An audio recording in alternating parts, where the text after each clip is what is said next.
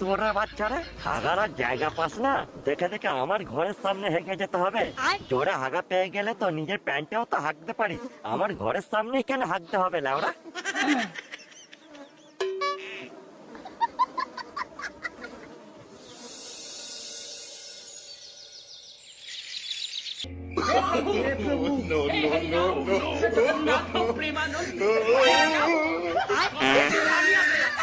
ওই তো ওই মালটাই হবে লাউরা।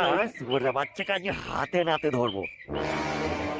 তাড়াতাড়ি নিচে যাই, শালা আমার ঘরের সামনে হেগে যা বুধমারানি, আজকে তোর সারা ঘরের বাচ্চা।